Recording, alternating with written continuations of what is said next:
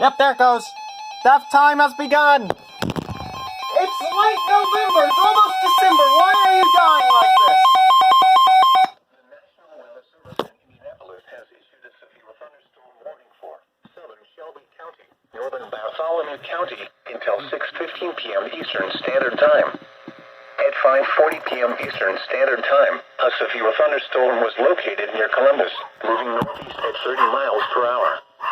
Expected hazards include 60 miles per hour wind gusts. This is a radar-indicated threat. The following impacts are expected. Expect damage to roofs, siding, and trees. Locations impacted Also has the include tornado Columbus, possible tag on Edinburgh, it. Hope, Flat Rock, Geneva, Hartsville, Clifford, and Taylorsville. This includes Interstate 65 between mile markers 69 and 80. For your protection, move to an interior room on the lowest floor of a building.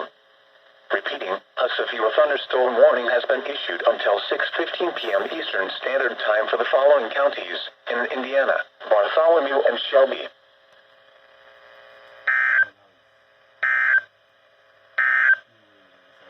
This is no... What the frick?